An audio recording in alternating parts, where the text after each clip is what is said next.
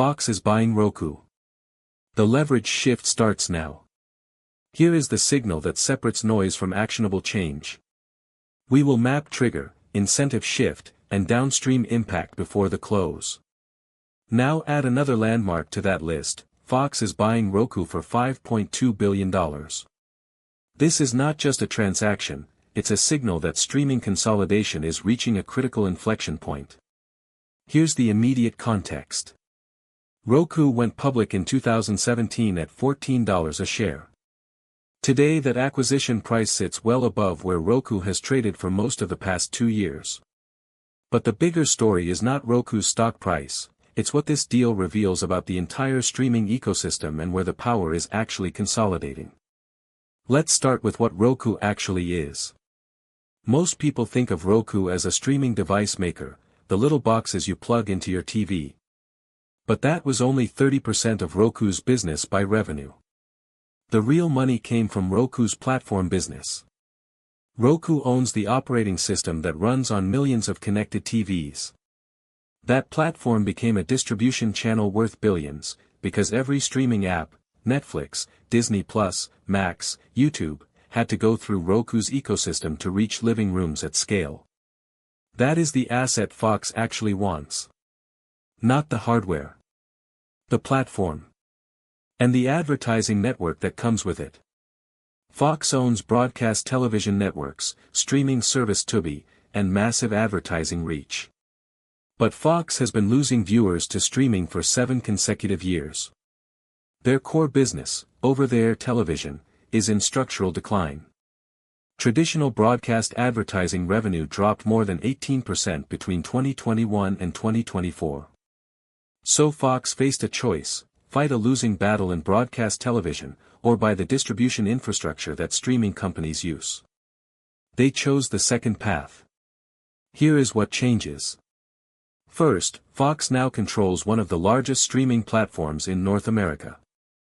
Roku connected devices reached 74 million active accounts last quarter. That is 74 million households where Fox can insert its ads, promote Tubi, and distribute its content directly, without asking permission from YouTube or Apple or Amazon. That is leverage. Second, this breaks the long-standing division between device makers and content companies. Roku positioned itself as neutral ground, an open platform where all streaming services could coexist. Now Roku is owned by a content company. That neutrality ends. Fox has every incentive to prioritize Tubi placement, Fox content, and Fox advertising on the Roku platform. What does that mean for the other streaming companies? Samsung, LG, and other TV manufacturers who licensed Roku's operating system are now partnering with a competitor. Netflix and YouTube suddenly have less certainty about how their apps will be treated on 50% of smart TV installs in North America. They may respond by bundling their own operating system or striking exclusive deals with other platform makers. Third, this signals that the era of pure-play streaming is ending. Netflix, Disney, and others proved you can build billion-dollar media companies through streaming alone. But they also proved the unit economics are brutal. Subscribers pay $15 to $20 monthly, but content costs $12 to $16 per subscriber per month, leaving almost nothing for marketing, infrastructure, and profit. The only way to fix that is to own the distribution layer itself. Fox is signaling that traditional media companies with cash, advertising legacy, and regulatory relationships have one major advantage left: they can afford to buy infrastructure that streaming-only companies cannot. Now, the counterpoint. This deal is not certain to work. Roku's platform business depends on being perceived as neutral. Advertisers and streaming services chose Roku because it treated everyone fairly. The moment Roku becomes Fox-owned, that relationship changes. Competitors may accelerate their own proprietary platform strategies. Amazon Fire TV, Apple TV, Google's Android TV, and Samsung's Tizen all become more attractive to Netflix and Disney as alternatives. Also, $5.2 billion is expensive.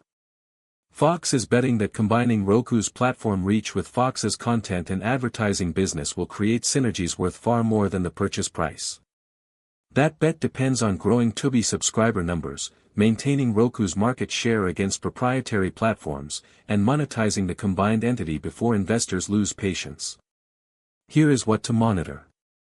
First, watch how Samsung and other TV makers respond. Do they stick with Roku or accelerate proprietary OS alternatives? Second, track Tubi subscriber growth and engagement metrics post-acquisition. If Roku viewers do not adopt Tubi, the entire rationale for this deal fails. Third, follow advertising market shifts. If major advertisers become uncomfortable with Fox controlling the distribution platform for their apps, they may push their TV makers toward alternatives. Most importantly, watch whether other traditional media companies follow. If Warner Bros. Discovery, Paramount, or NBC Universal announce their own acquisition of a streaming platform or device maker, that confirms the trend: consolidation is no longer optional. It is becoming the default strategy for media companies that want to survive the streaming era. This deal changes the structure of streaming competition. It will not be decided on content or subscriber count alone anymore. Control of the distribution layer, the actual living room real estate, is now as critical as the shows themselves. That is the signal this acquisition sends, and that is worth paying close attention to. Fox just bought Roku for $5.2 billion. That is not about hardware, it is about control. Roku's real asset is 74 million connected TV households and the advertising network built on top of them. Fox owns broadcast television, but broadcast viewers are disappearing. So instead of fighting that decline, Fox bought the platform that streaming companies depend on to reach living rooms. This breaks the neutrality Roku promised to advertisers and streaming services. Netflix and YouTube now have less control over how their apps are treated on the most popular TV operating system in North America.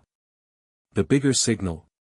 Traditional media companies with cash can afford to buy the infrastructure that streaming-only companies cannot.